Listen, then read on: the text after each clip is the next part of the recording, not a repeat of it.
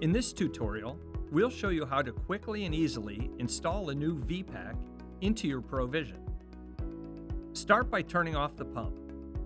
If your system has shutoff valves on either side of the unit, close them to prevent water loss. Turn the large collar counterclockwise and remove.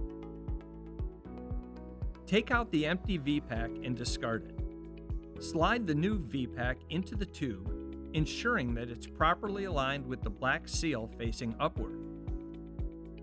Retighten the collar by turning it clockwise and make sure the O-ring is seated securely in the groove. And that's it. Your new V-Pack is installed and ready to go.